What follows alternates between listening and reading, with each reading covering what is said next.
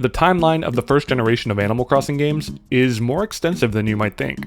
Starting with the original Japanese N64 game in 2001, this one game has seen 7 distinct regional releases and enhancements over the years. Naturally, despite being the same game at heart, there are a lot of differences between all of these versions of the game. So, today we dive into the regional versions of this game and discuss each version's own unique quirks. Also, I'd like to thank Surfshark VPN for appropriately sponsoring this video, but more on them later. For now, let's start our discussion on the many versions of Animal Crossing.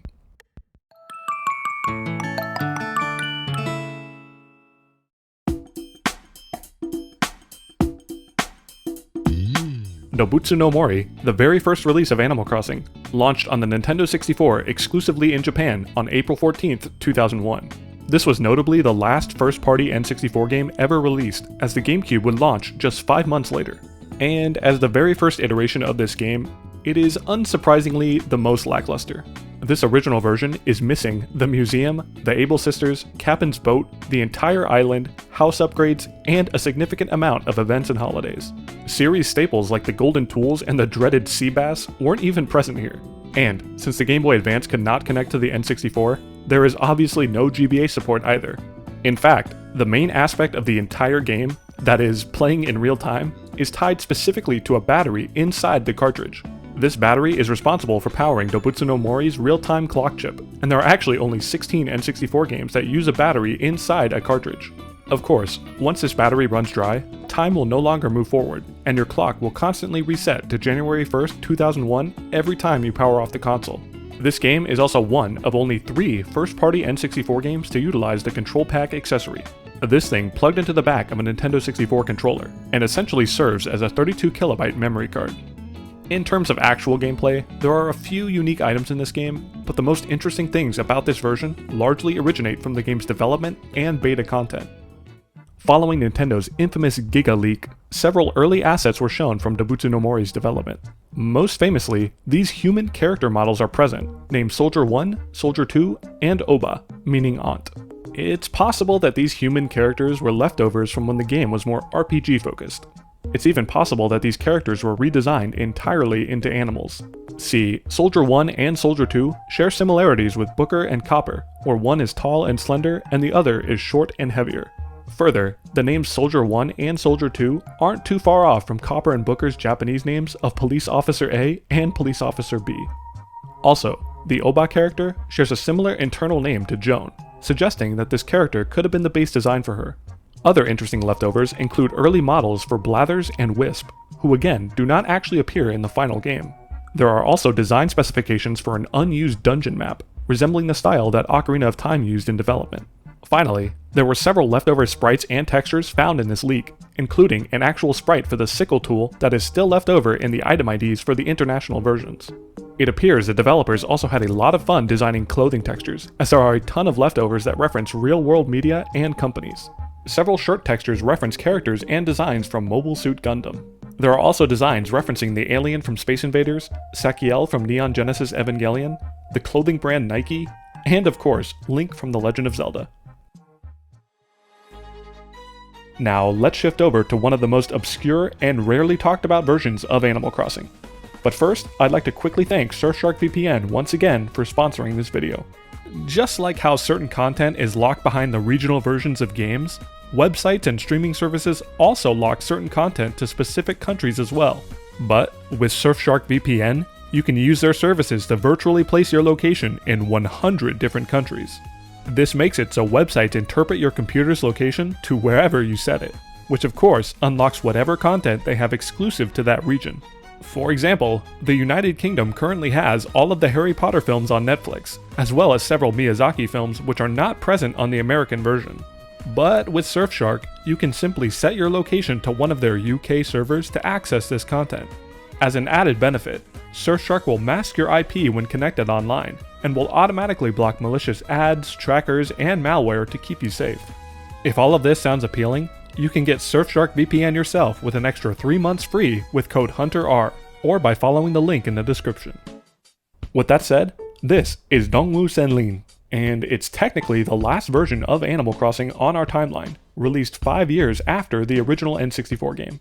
This version was released exclusively in China on the iQue Player. For the unfamiliar, the iQue Player is a Chinese exclusive console that plays a handful of localized Nintendo 64 games. I say console like that since this is really just a sort of controller plug-and-play hybrid with the entirety of a Nintendo 64 lying within the controller itself. Only 14 games were ever released for this thing, and the last one ever distributed was this port of the original Dobutsu no Mori in 2006. If this sounds like a late release for a Nintendo 64 game, it definitely was. In fact, this version of Animal Crossing released an entire year after Wild World launched on the DS. Like Japan, this game's title translates literally to Animal Forest, and despite being the last released version of Animal Crossing, it is ironically based on the very first N64 version. This means that this version also lacks all of the features of every other game that came in between these two, and is largely a one-to-one localization of the N64 game. However, there are some interesting changes and quirks with this game. Naturally, the game is entirely in Chinese, but the player input uses a unique QWERTY keyboard UI, reflecting the design of the iQue controller. This input is fairly involved too, as it naturally allows for the input of Chinese characters, of which there are thousands. There are also several unique and reworked items in this game, most of which change Japanese-related items into more Chinese-related ones. Interestingly, there are also several oversights with this version as a result of being a localized translation.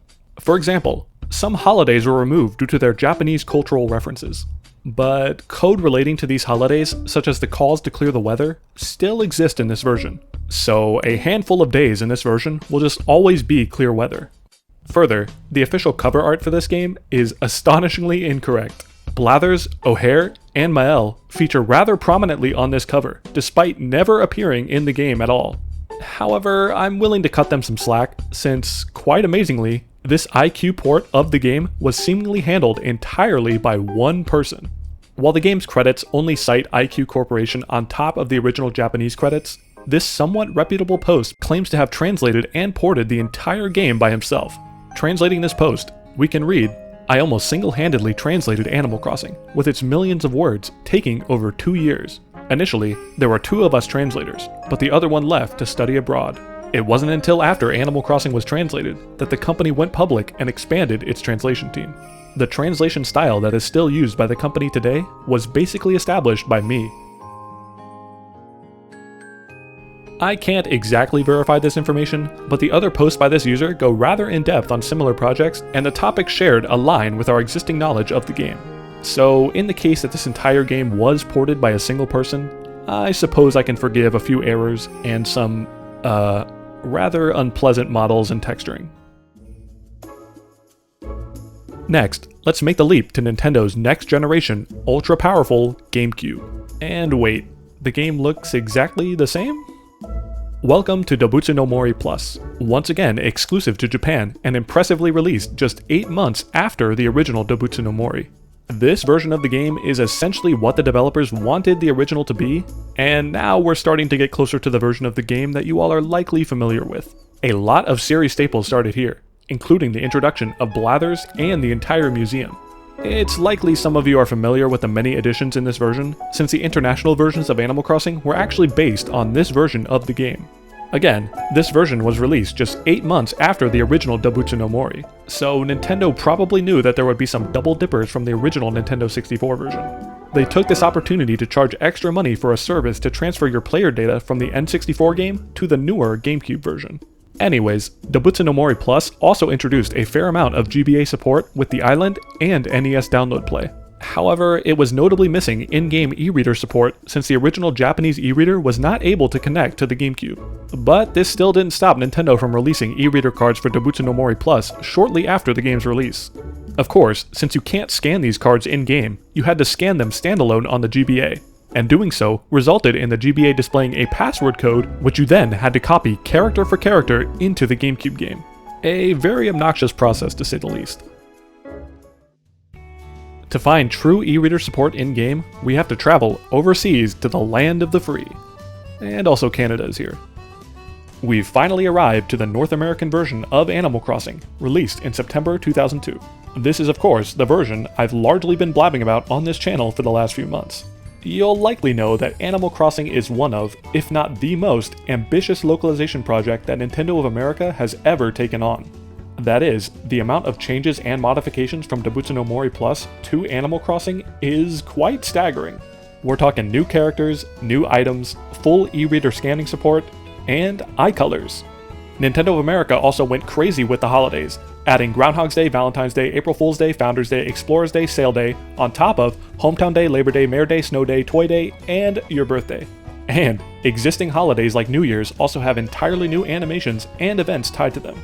If this wasn't enough, NOA also localized the entirety of the Animal Island GBA minigame and even introduced an easier way to enter secret passwords with the Nook code system. All this said, I think Animal Crossing's port of Dobutsu no Mori Plus in just 9 months is equally as impressive as the original transition to the GameCube. Anyways, I don't want to spend too much time talking about the North American release, since my entire channel is essentially dedicated to covering the various glitches and obscurities of this version anyways. The point here is that Nintendo of America's localization of Animal Crossing was actually so impressive that Nintendo themselves localized this version back into Japanese once again. And this is it. Largely considered the definitive version of the original Animal Crossing, Dobutsu no Mori E Plus is the enhanced localized re-release of an enhanced localized re-release.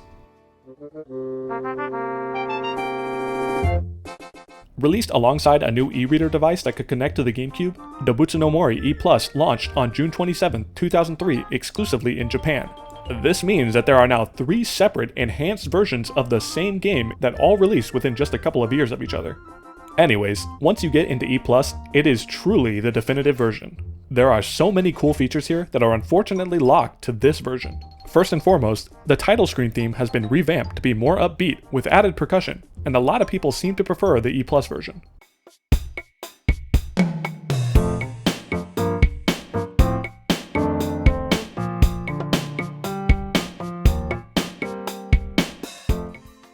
The game now also makes use of the GameCube's improved graphics and renders text at a much higher resolution than the original game. E+ also introduces a ton of new items, fish, bugs, and villagers. Villagers have vastly expanded dialogue, and they can now become your best friend through a new friendship mechanic. They can also become sick and require medicine, or catch fleas which need to be removed with your net.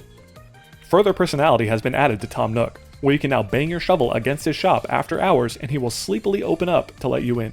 Although Nook's after hours isn't all too great, as he now moves at a ridiculously sluggish pace and charges 20% more for items and buys for 30% less. E+ even added the Reset Surveillance Center as an actual location you can visit after encountering Resetti a couple times. Throughout the week, a rock in your town can be broken to reveal a hole leading down to the Resetti brothers' secret hideout. Upon entering, Resetti will be shocked that you found your way in here, and he'll tell you not to touch anything. And yes, that is a magazine featuring a mole with a bikini. But perhaps most interesting, there are several additions exclusive to E+ that require some extra accessories. First, let's talk about this thing. Known as the GameCube SD card adapter, this is, well, an SD card adapter in the shape of a GameCube memory card. To my knowledge, only 2 GameCube games support this thing, those being E+ here and the Japanese version of Pokemon Channel. With this adapter, the GameCube can now read and write to a formatted SD card up to a whopping 2 GB in size. With this device connected to E+, you're actually able to take screenshots in-game and save them to the SD card, which is not too dissimilar from future games. But the real appeal to this thing was the ability to save your entire town to the SD card and send it to a friend online. They could then download your town on their own SD card, play around in it themselves, and then send you your town back. To make this work, when you save your town to an SD card, the game freezes your town in a weird limbo state until you can restore it via an SD card or choose to cancel the process altogether. Interestingly, you can still choose to play your town while it's being lent out via SD, but the startup villager will warn you that time has frozen entirely. Indeed, if you boot up into your town, you'll notice things are a bit off as the clock no longer ticks forward and the game now uses a strange gray palette for all of its grass. Originally thought to be unused, Kyler recently discovered that these color palettes are somewhat morbidly referred to as Earth Nuke in the code. Regardless, these palettes are used exclusively for this SD card limbo state, which I found super interesting.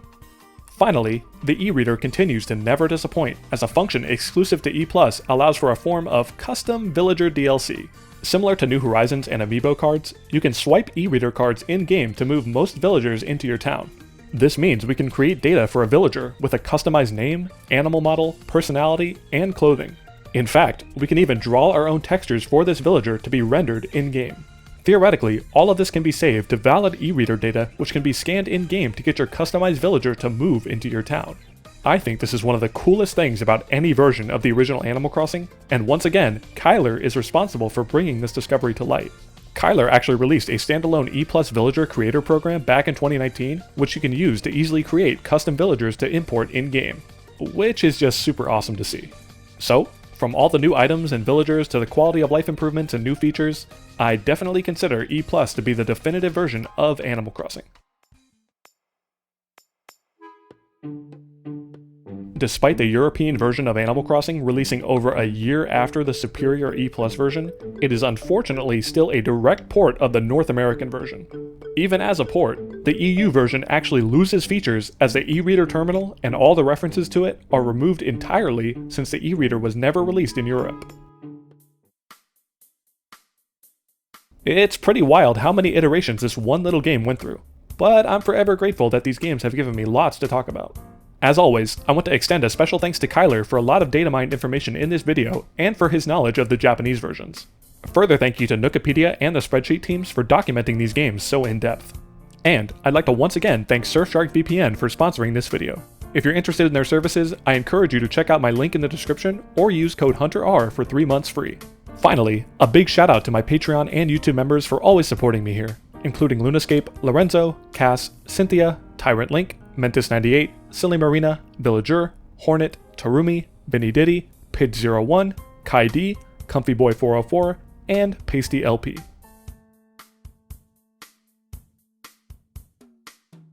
And yeah, there's also an Australian version of this game.